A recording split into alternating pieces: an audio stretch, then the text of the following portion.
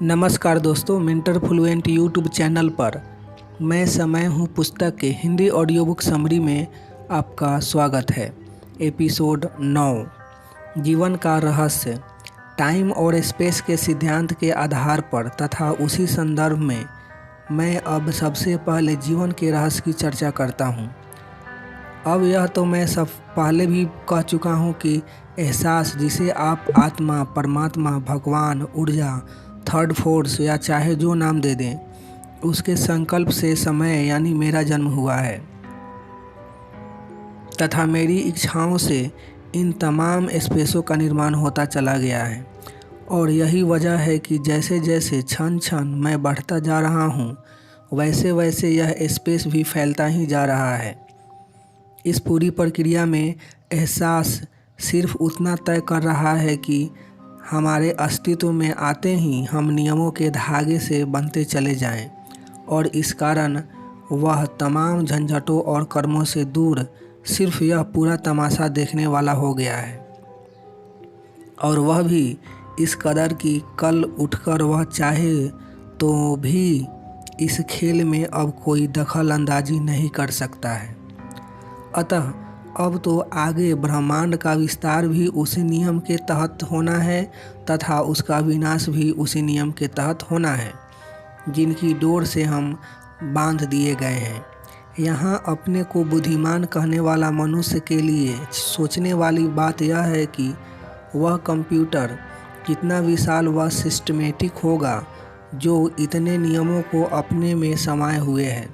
तथा क्या आप कभी उस इंटेलिजेंस की कल्पना कर सकते हैं? और उसके सामने आम मनुष्य की इंटेलिजेंस तो बताने की ज़रूरत ही नहीं। चंद हजारों को छोड़ दिए जाएं तो बाकी सबके तो कहने ही क्या। जगत के रहस्यों को जानने हेतु थर्ड फोर्स के अस्तित्व को जानना बहुत ज़रूरी है। हालांकि ऐसा भी नहीं है कि यह फ़र्क सिर्फ मनुष्य और कुदरत की इंटेलिजेंस तक सीमित है। नहीं, दरअसल यही फ़र्क दोनों की विशालता में भी है।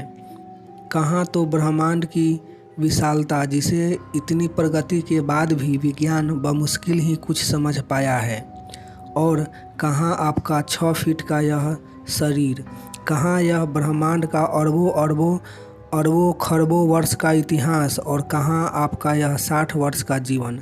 लेकिन इन तमाम फ़र्कों के बावजूद दोनों में एक समानता भी है, और वह है दोनों में स्पेस का टाइम के कारण उत्पन्न होना। इतना ही नहीं, दोनों के टाइम व स्पेस का एक नियम के अदृश्य धागे से बंध जाना भी समान ही है।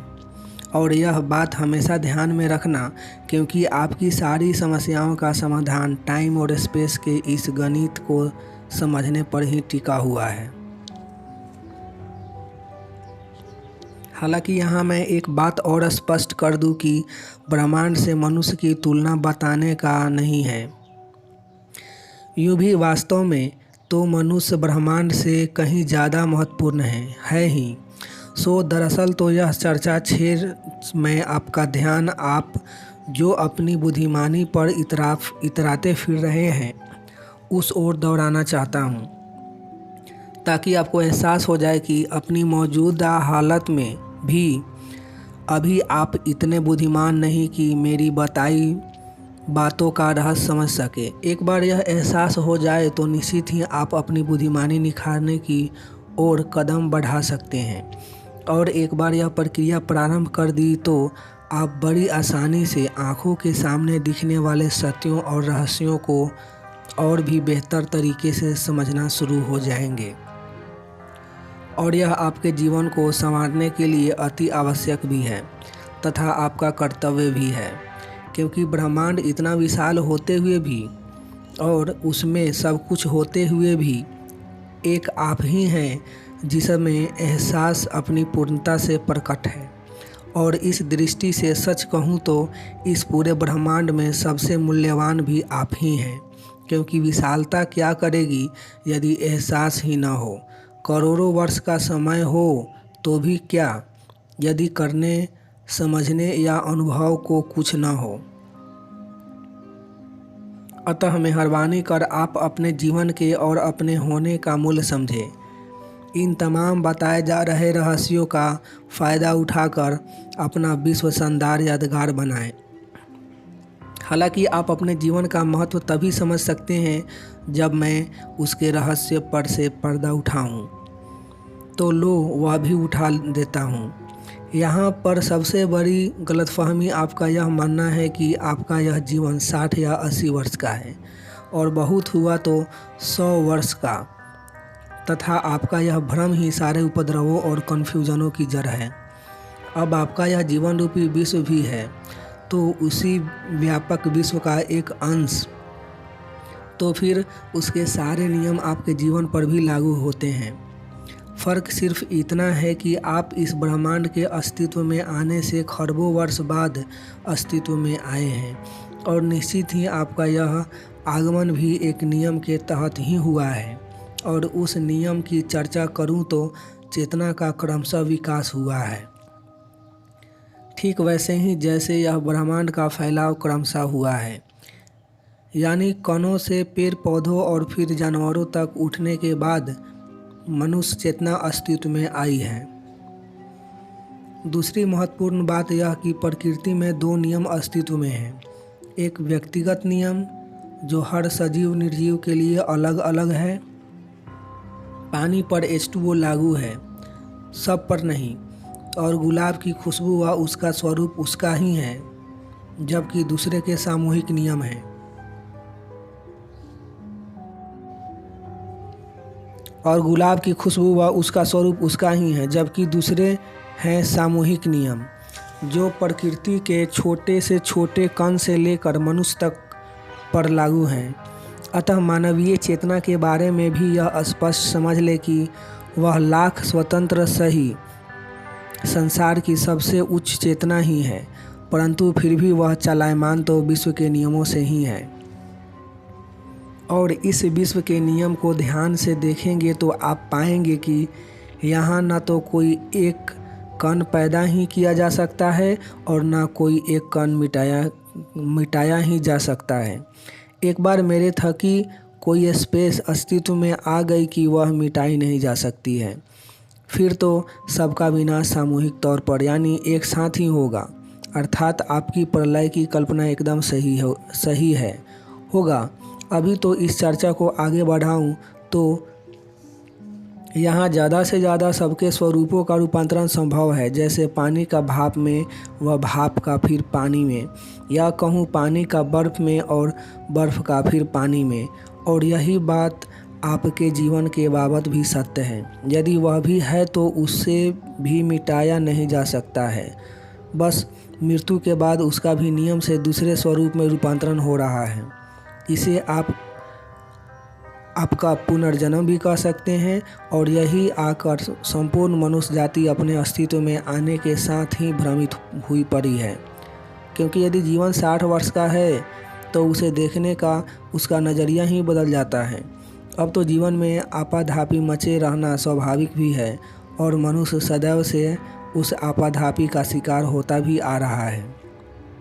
लेकिन यदि जीवन वास्तव में अनंत है तो निश्चित ही उसे देखने का नज़रिया सर्वथा भिन्न हो जाता है, और फिर जल्दी की कोई बात ही नहीं, आपाधापी का सवाल ही नहीं।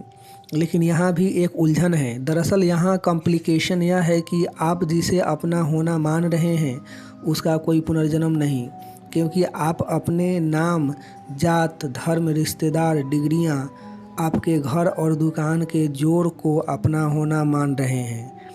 आप उसे ही अपना विश्व समझ रहे हैं, पर वास्तव में वह आपका विश्व है ही नहीं। यह सब आपकी बुद्धि का समझा विश्व है, और आपकी बुद्धि इसी जन्म की है। वह आपके शरीर का ही एक अंग है, और सत्य तो यह है कि आपका शरीर भी आपका अस्थायी साथी नहीं। मृत्यु के साथ आपका शरीर और आपकी बुद्धि दोनों आपसे हमेशा के लिए बिछड़ जाती है। दरअसल आप अदृश्य की भाषा समझते ही नहीं। ये सारी बातें जिसे आप अपना विश्व होना समझ रहे हैं, तो वह भी इसलिए कि ये सब दृश्यमान है, परंतु ज़मीनी हकीकत यह है कि आप समय का एक स्वरूप हैं, जो आप में आपके मन रूपी कंप्यूटर के रूप में स्थित हैं। और यह जिन जिन चीज़ों को या जिस किसी को भी आप अपने विश्व का हिस्सा मान रहे हैं, वह दरअसल मन के कंप्यूटर में घटने वाली घटनाओं का परिणाम मात्र है। सच कहूँ तो इन सब को अपना मानना ही आपका सबसे बड़ा भ्रम है। मैं मानता हूँ कि यह बात थोड़ी कॉम्प्लिकेटेड है, परंतु समझनी तो होगी ही। चलो इसे मैं दूसरे तरीके से समझाता हूँ। मानो जिसके अपने मन रूपी कंप्यूटर में शादी करने की इच्छा नहीं, क्या उसके विश्व में ज़बरदस्ती किए बगैर पत्नी आ सकती है? क्या जिसे पढ़ने की इच्छा नहीं, उसके विश्व में डिग्रियां आ सकती हैं? नहीं। यानी पहला जन्म टाइम में होता है, डेटा के रूप में। जिस चीज़ का भीतर डेटा नहीं, वह बाहर आपके विश्व में नहीं आ सकती है। और वैसे ही यदि किसी कारण से भीतर किसी व्यक्ति या वस्तु की चाह का डेटा डिलीट हो जाए, तो फिर वह आपके विश्व में नहीं रह सकती है। वहीं जो चाह पूरी हो जाए, उसका डेटा स्वतः ही डिलीट हो जाता है। गाड़ी लेने की इच्छा हो और गाड़ी आ जाए तो गाड़ी लेने का डेटा डिलीट हो जाता है। कुल मिलाकर यह स्पष्ट समझ ले कि आपके विश्व में बाहर जो कुछ भी है, वह सब आपकी चाह के कारण अस्तित्व में आया है। फिर वह चाह वस्तु की हो या व्यक्ति की या फिर विचारों की, उसी कारण आप भीतर डेटा डालते चले जाते हैं। फिर डेटा विचारों या मान्यताओं के ही क्यों न हो, और आगे उन्हीं डेटा के आधार पर आप अपना विश्व बनाते हैं। और जब चाहें पूरी होती नहीं दिखती, या वे आपको अपनी औकात से बड़ी नज़र आती हैं, या कहूँ भीतर डाले डेटा के अनुसार आपका जगत गति नहीं पकड़ता है, तो आप रिश्तों, देश, समाज, धर्म, जात पात वगैरह के आश्रय खोजने लग जाते हैं। खैर, जो चाहे पूरी हो जाती हैं, वे भी वास्तव में आपके मनरूपी कंप्यूटर के हिस्से नहीं होते। अतः उनका आपका साथ इस जन्म का ही बन पाता है। और इसलिए यकीन मानिए कि आपकी चाहों का सारा बाहरी विस्तार आपकी मृत्यु के साथ ही आपसे बिछड़ जाती है, और आप फिर एक नए स्वरूप के साथ प्रकट हो जाते हैं, तथा यह नया स्वरूप धारण करते ही जिस बाह्य जगत को आप अपना जगत समझते हैं, वह सब आपसे बिछड़ जाता है। यहाँ तक कि आपका नाम, जात, धर्म, देश, रिश्तेदार सब बदल जाते हैं। आप जो संपत्ति छोड़ के जा रहे होते हैं, वह भी किसी और की हो जाती है। अब आप थोड़ा एक बार अपना हाल तो देखो कि इस जन्म के आप ब्रिटेन में पैदा हुए हैं। इस जन्म में आप ब्रिटेन में पैदा हुए हैं और क्रिश्चियन धर्म अपनाए बैठे हैं। वक्त बे वक्त आपने हिंदू या मुस्लिम धर्म को तुच्छ भी कहा है। फिर अगला जन्म अरब में ले लिया तो मुस्लिम धर्म अपना लिया, और तब आपने क्रिश्चियनिटी पर खूब जहर उगला। उसके बाद के जन्म में आप भारत में पैदा हुए तो अगले जन्म में पाकिस्तान में। इस जन्म में आपने जहां पाकिस्तान की बुराई की, वहीं अगले जन्म में शायद आप भारत की बुराई करते फिर रहे होंगे। यानी देखिए यह कि आपने अपने बहुमूल्य जीवन की कितनी ऊर्जा और समय इन बकवासों में गंवा दिए। बोलो, यह हास्यपद है कि नहीं? और उससे भी हास्यपद यह कि आपकी इन्हीं मूर्खताओं के कारण नेताओं और धर्मगुरुओं की दुकानें धड़ल्ले से चल रही है। वैसे ही आपने जिस प्रेमिका से कहा कि आप उसके बगैर जीने की कल्पना ही नहीं कर सकते, फिर उससे हमेशा के लिए बिछड़ कर आप हजारों जन्म गुजार लेते हैं। हर जन्म में नई प्रेमिकाएं पकड़ते हैं तथा उनसे भी वही बकवास दोहराते हैं। इस जन्म में इतने कष्ट उठाकर कमाया हुआ पूरा धन छोड़कर जाना पड़ रहा है, फिर भी अगले जन्म में यही कष्टपूर्ण कहानी फिर दोहराते हैं। कहने का तात्पर्य, जैसे ही आप अपने को 60 वर्ष की जगह इतने विशाल अस्तित्व के टाइम और स्पेस का एक हिस्सा मान लेंगे कि तत्क्षण आपका दृष्टिकोण बदल जाएगा। फिर आप इन बिछड़ने व बदलने वाली वस्तुओं के चक्कर में नहीं पड़ेंगे, वरना तो आप अपनी बुद्धि के वशीभूत होकर अपने को एक जन्म का मान बैठते हैं और फिर उस आधार पर आप अपने कंप्यूटर में उटपटांग डेटा डालकर अपनी हार्ड डिस्क भरते चले जाते हैं और यह कार्य आप मरते दम तक जारी रखते हैं। इधर उसी के आधार पर मैं आपका विश्व बनाता चला जाता हूँ। अर्थात इस समय जिसे आप अपना विश्व समझ रहे हैं वह तो सिर्फ आपकी सोच और समझ का परिणाम है और जो निश्चित ही वास्तविकता से कोसों दूर है। आपकी कड़ी मेहनत से बना आपका यह विश्व तो आपके शरीर की समाप्ति के साथ ही आपके लिए नष्ट हो जाता है। लेकिन दुर्भाग्य से आपको शिक्षा भी इसी मिटने वाले जगत की दी जाती है तथा आपके चारों ओर तमाम विश्लेषण भी उसी मिटने वाले विश्व के होते हैं। परिणाम स्वरूप तमाम कोशिशों के बावजूद आपके हाथ कुछ नहीं लगता है। आपका जाना किया सब शून्य हो जाता है और आप अगले जन्म हेतु प्रस्थान कर देते हैं। शायद आप यहाँ पर कुछ कंफ्यूज्ड हो जाएं। आप शायद सोचें कि यह दो आप कौन हैं? कौन है जिसका विश्व छूट रहा है और कौन है वह जो अगले जन्म हेतु प्रस्थान कर रहा है? सवाल एकदम उचित है। दरअसल आप दो आप में जी रहे होते हैं। एक आप वो जो अपने को 60 और 80 वर्ष का जान न सिर्फ अपना विश्व बना रहा है बल्कि उसे ही अपना होना भी मान रहा है। और सच कहूँ तो अधिकांश लोग लगभग सारे समय उसी आप में ही जी रहे होते हैं। दूसरा है आपका वास्तविक आप यानी मैं, अर्थात आपका मनरूपी कंप्यूटर। यहाँ आपका पहला जो आप है वह आपकी मृत्यु के साथ ही मिट जाती है और उसके साथ ही मिट जाता है आपका वह विश्व जिसे बचाने में आपने पूरा जीवन लगाया होता है।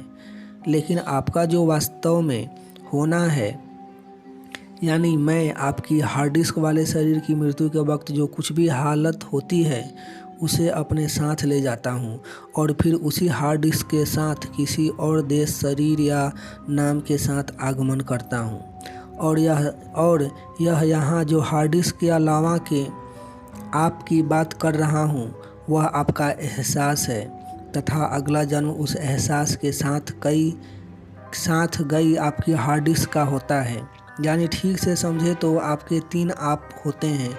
एक आप यानी एहसास जो बिना किसी पक्षपात के सब कुछ होता देख रहा है।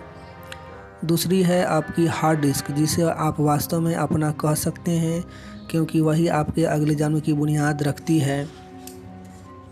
और उसका तीसरा आप है और आपका तीसरा आप है जो भ्रमवश बिछड़ने वाला ऐसा बाहरी विश्व बनाने में लगा रहता है जो मृत्यु के साथ ही आपसे हमेशा के लिए बिछड़ जाने वाला होता है।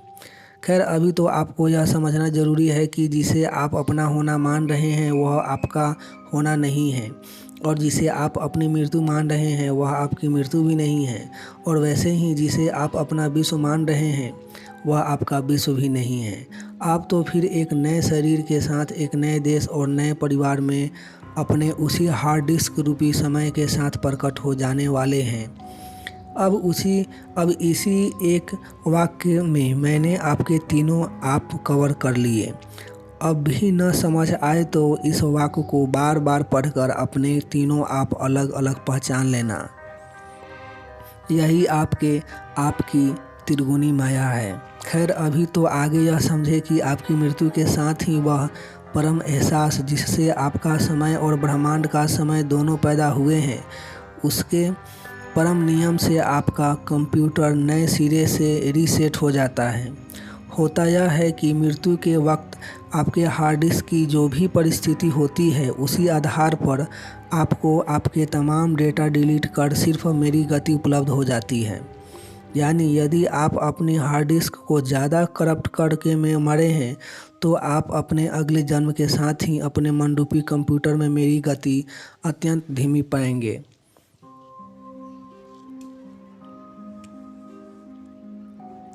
और यदि आप अपनी हार्ड डिस्क कम करप्ट करके मरे हैं तो अपने भीतर समय की गति उस अनुसार पाएंगे। और फिर यहाँ से आपको एक नया अवसर है पिछले जन्म में जो कुछ हुआ सो हुआ, परंतु एहसास के परम नियम से प्राप्त रीसेटिंग के द्वारा आपको फिर नए सिरे से मौका उपलब्ध हो जाता है। यानी आप समय की चाहे जैसी गति लेकर पैदा हुए हों, चाहे तो समझदारी पूर्वक उसकी गति नए जन्म से बढ़ाते चले जा सकते हैं, और चाहे तो जिस गति में पैदा हुए हैं उससे उसे और धीमा कर सकते हैं। इतना ही नहीं, आप चाहें तो अपना यह खेल अनंत तक भी जारी रख सकते हैं, परंतु कष्ट उठाकर अनंत तक जीने का फ़ायदा क्या? यह रहस्य जानने के बाद आपके लिए बेहतर यही है कि आप मेरे समय रूपी मन के कंप्यूटर को ही अपना होना मानें। इससे हर जन्म में आप जो इतने कष्ट उठाकर मिटने वाले विश्व को बनाए चले जा रहे हैं, कम से कम उससे आपका तत्काल छुटकारा हो जाएगा। और ऊपर से इस कारण आप में समय की गति जन्म दर जन्म बढ़ती चली जाएगी। सो अलग फिर तो आपके पीछे मुड़ के देखने का सवाल ही नहीं उठता। जन्म दर जन्म आप आनंद व प्रगति के नए शिखर छूते चले जाएंगे, और इसी प्रोसेस में आप एक दिन मनुष्य जन्म का अंतिम मकसद भी पा लेंगे। अब आप कहेंगे कि यह अंतिम मकसद वाली बात क्या हुई? वह भी बताऊंगा, पर समय आने पर। अभी तो पहले आप यह बताएं कि आप जिसे जीवन कह रहे हैं या समझ रहे हैं वह क्या है? नहीं मालूम हो तो बता दूं। वह जन्म और मृत्यु के बीच का समय है। वैसे ही मैं जिसे परम जीवन कह रहा हूँ वह आपके एहसास से बिछड़ने और एहसास में वापस लीन होने के बीच का समय है, और यह समय हजारों लाखों जन्म लेने के बाद भी खत्म हो सकता है, और समझदारी पूर्वक बढ़तो तो 2-4 जन्मों में भी यह यात्रा समाप्त हो सकती है।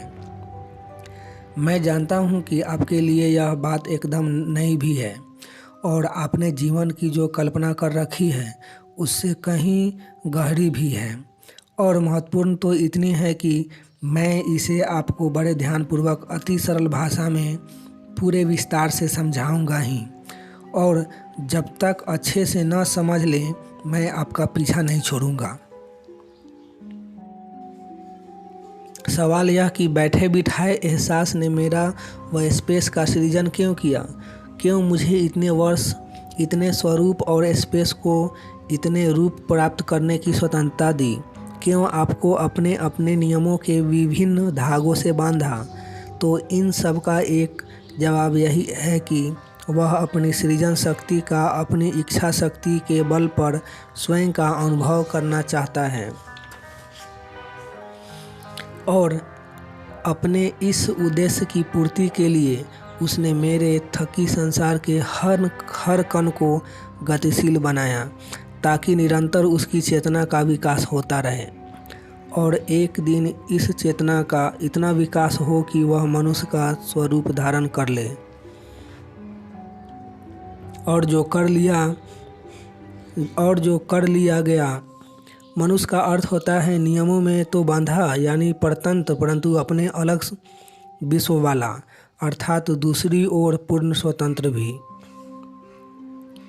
यहाँ मनुष्य जीवन की यह दोनों स्वतंत्रता और परतंत्रता वाली विरोधाभासी बात भी अच्छे से समझ लेना। यदि आपको अपना जीवन संवारना है तो वह नियम अनुसार चलने से ही संवर सकता है। यानी यदि आपको जीवन संवारना है तो नियमों के अधीन होना ही पड़ेगा, परंतु दूसरी ओर आपको यह स्वतंत्रता भी है ही कि आप नियम ताक पर रखकर अपनी मर्जी अनुसार भी चल ही सकते हैं। लेकिन यह ध्यान रखना कि इस स्वतंत्रता का दुरुपयोग किए जाने के कारण ही आपका जीवन बर्बाद हुआ पड़ा है, और इसलिए मैं आपको सारे नियम बता रहा हूँ ताकि आप उस अनुसार चलकर अपना जीवन सुधार सकें। खैर, अभी तो इस बात का मतलब यह कि मनुष्य को अपना जीवन बिगाड़ने की मिली इस स्वतंत्रता के कारण उसका जीवन एक अच्छा खासा खेल होकर रह गया है। खेल यह कि देखें मनुष्य नियम अनुसार चलकर, खेल यह कि देखें मनुष्य नियम अनुसार चलकर इस जन्म में अपना जीवन बनाता है या नियमों की अवहेलना कर अपना जीवन बिगाड़ता है।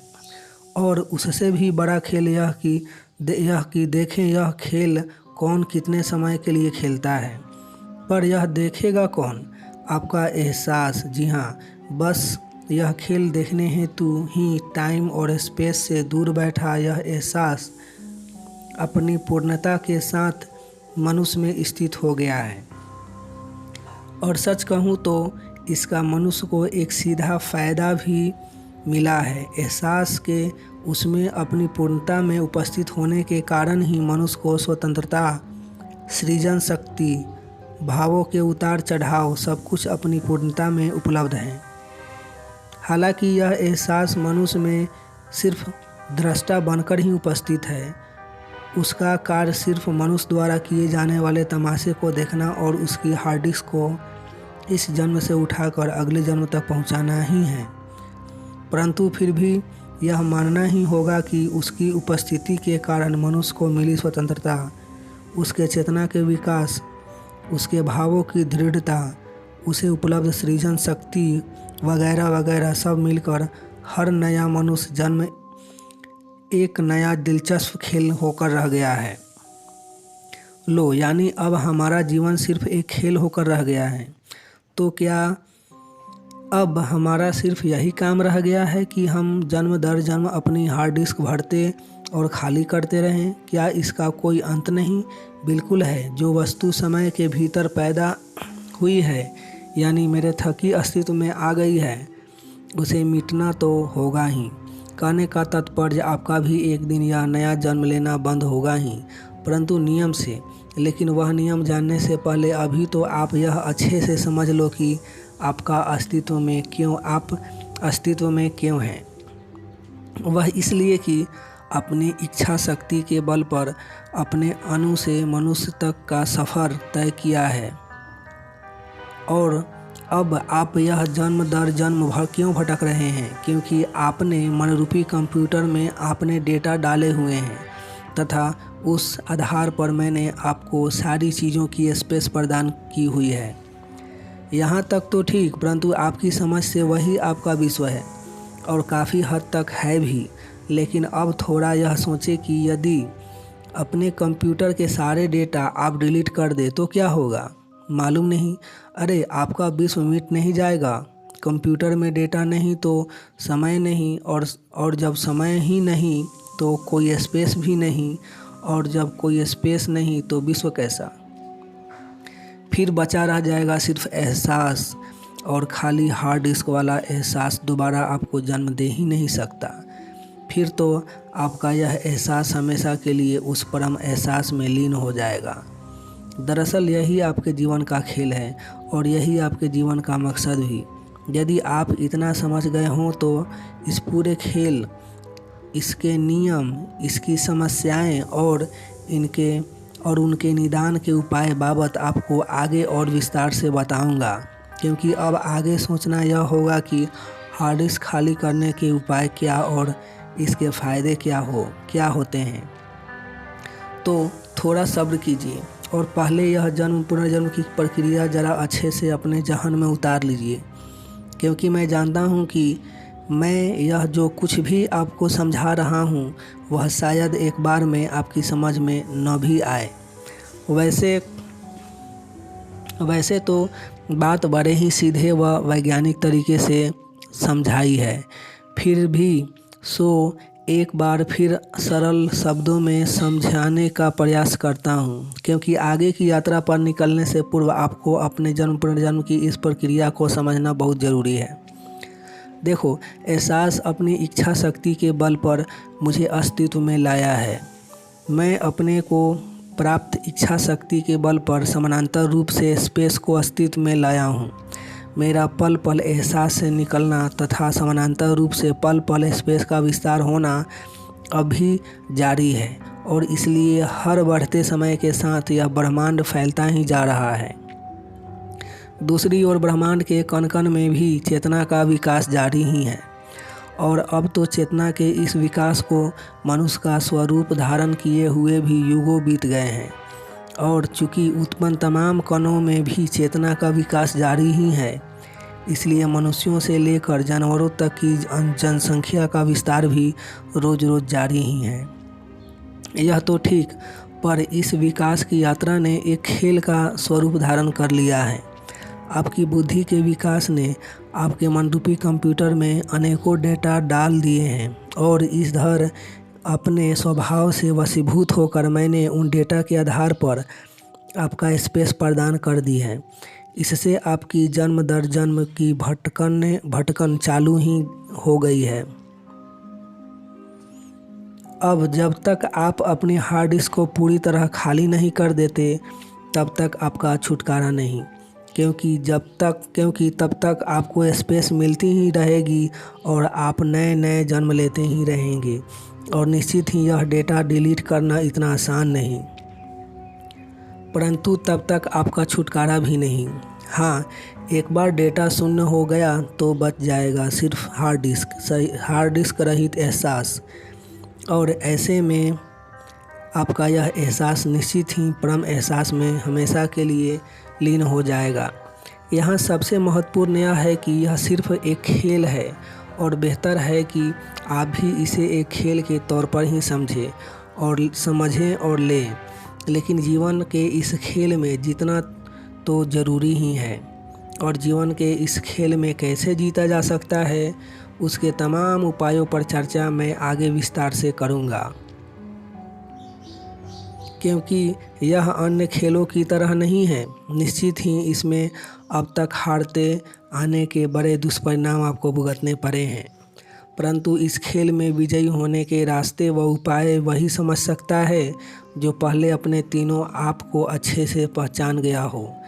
सो आगे की कोई भी चर्चा छेड़ने से पहले मैं आपको एक बार फिर आपके तीनों आप को नए सिरे से बड़ी ही सरल भाषा में समझाता हूँ। आपका पहला आप है बुद्धि द्वारा पैदा किया हुआ आपका इस जन्म का विश्व। दूसरा आप है आप हूँ मैं, यानी आपका जन्मांतर का समय, और कहने की ज़रूरत नहीं कि आपका यह आप मेरे स्वरूप में एक हार्ड डिस्क है। और आपका तीसरा आप है उस परम एहसास का अंश जिसके जरिए आप अपने समेत इस पूरे संसार का खेल देख रहे हैं। यहाँ समझ यह ले कि आप अपने पहले आप से छुटकारा पा लेंगे तो आपके भीतर मेरी गति में वृद्धि हो जाएगी। फिर दूसरे आप से छुटकारा पाना शुरू करेंगे तो सुखी और सफल होते चले जाएंगे, और जिस दिन दूसरे आप से पूरी तरह छुटकारा पा लेंगे आप तीसरे आप में स्थित हो जाएंगे। जैसे बुद्ध, कृष्ण, क्राइस्ट, सुकरात, कबीर, लाओ त्से वगैरह स्थित हो चुके हैं। फिर कोई पुनर्जन्म नहीं, और अच्छे से समझ ले कि यही मनुष्य जीवन का एकमात्र मकसद है, तथा उम्मीद करता हूँ कि आप भी जल्द ही स्वयं को इस सूची में शामिल करने के मुकाम तक उठ जाएंगे।